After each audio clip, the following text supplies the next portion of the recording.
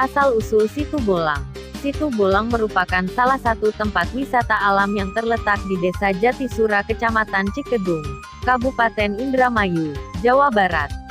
Selain menawarkan keindahan alamnya, Situ Bolang juga memiliki cerita rakyat tentang asal-muasal Situ Bolang. Asal-usul Situ Bolang berawal dari adanya seorang pertapa bernama Ki Rempani. Suatu hari Ki Rempani berkeinginan untuk membangun suatu bendungan air, kemudian ia melakukan semedi atau bertapa untuk mendapatkan wangsit atau petunjuk kepada dewa untuk menentukan lokasi yang tepat untuk dibangun bendungan yang diinginkan. Setelah beberapa hari melakukan semedi, kemudian Ki Rempani mendapat wangsit untuk melempar pucuk pohon gebang dari puncak Gunung Balida. Menurut petunjuk sang dewa, tempat yang tepat untuk dibangun bendungan adalah tempat di mana pucuk pohon gebang tersebut mendarat. Untuk memenuhi wangsit yang telah diterima, Ki Rempani pergi ke puncak Gunung Balida kemudian melemparkan pucuk gebang ke arah barat. Setelah pucuk gebang tersebut mendarat, pucuk gebang tersebut berubah menjadi makhluk yang mengerikan yang menyerupai ikan sili.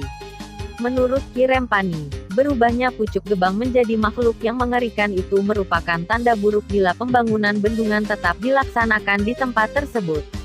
Akhirnya Ki Rempani kembali ke puncak Gunung Balida untuk melemparkan pucuk gebang dengan arah yang berbeda. Kemudian jatuhlah pucuk gebang tersebut di Desa Jatisura. Karena tidak terjadi sesuatu yang buruk saat pucuk bunga tersebut jatuh, maka dibangunlah bendungan yang direncanakan di tempat di mana pucuk gebang tersebut jatuh. Tempat dibangunnya bendungan tersebut merupakan daerah rawa yang biasa digunakan untuk mengembala kerbau. Suatu hari pelayan Ki Rempani yang bernama Ki Rempak sedang menggembala 5 kerbau milik Ki Rempani. Untuk mencapai daratan di seberang bendungan, maka Ki Rempak menyeberangkan kerbau-kerbaunya dengan cara menyelamkan badan kerbau ke bendungan, sehingga hanya kelihatan bagian kepalanya. Setelah kerbau-kerbau tersebut berada di tengah bendungan, Ki Rempak terkejut karena jumlah kepala kerbau yang dilanggirkan menjadi 6. Kemudian Ki Rempak teriak memanggil Ki Rempani dan mereka berdua mengira bahwa kepala kerbau yang ke-6 adalah kerbau milik orang lain yang ikut serta dengan kerbau-kerbau miliknya. Untuk memeriksa kerbau yang ke-6 tersebut, Ki Rempani mendekati kerbau tersebut. Di luar dugaan, kerbau yang ke-6 tersebut ternyata bukan kerbau biasa. Kerbau tersebut memiliki badan yang begitu panjang. Setelah menyadari keberadaannya telah diketahui Ki Rempani, maka kerbau yang berbadan panjang tersebut berusaha melarikan diri.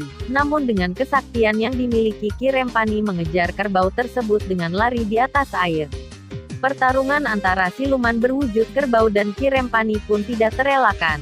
Ki Rempani mengerahkan seluruh kekuatannya untuk melawan siluman kerbau tersebut. Ia memukul kepala kerbau tersebut dan memerintahkannya untuk pergi dan tidak mengganggu di situ tersebut. Akhirnya siluman kerbau tersebut pergi. Maka sejak itulah Ki Rempani memberikan nama situ tersebut dengan nama Kebo Ilang. Namun seiring berjalannya waktu, penyebutan nama situ tersebut disingkat menjadi Situ Bolang. Ada versi lain yang mengatakan asal mula disebut Rawa Bolang karena tahun 1960-an terjadilah peristiwa menggemparkan di kalangan para pencari ikan dan para gembala karena peristiwa hilangnya satu ekor kerbau yang sedang berendam di salah satu sudut tepian rawa. Ada keyakinan bahwa kerbau itu diambil siluman lembu atau ular lembu karena sampai beberapa hari tidak diketemukan lagi. Dari hilangnya kebo ini, maka rawa di sana dinamakan Bolang atau Kebo Ilang. Sementara kisah mistis lain di sekitar Rawa Bolang ini, misalnya tentang misteri Tunggak Jati.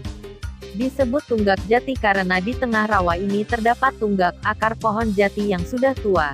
Jika rawa kering, tunggak-tunggak ini akan tampak. Konon dulu saking angkernya burung yang terbang di atas tunggak jati ini pasti jatuh, atau jika ada kambing mendekat akan hilang.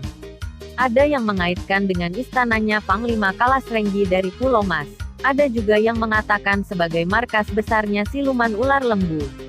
Ada tetua dari desa Jambak bercerita bahwa di sana ada 2 bilah kayu jati yang jika dipisahkan walau berjauhan maka paginya akan ditemukan menyatu lagi.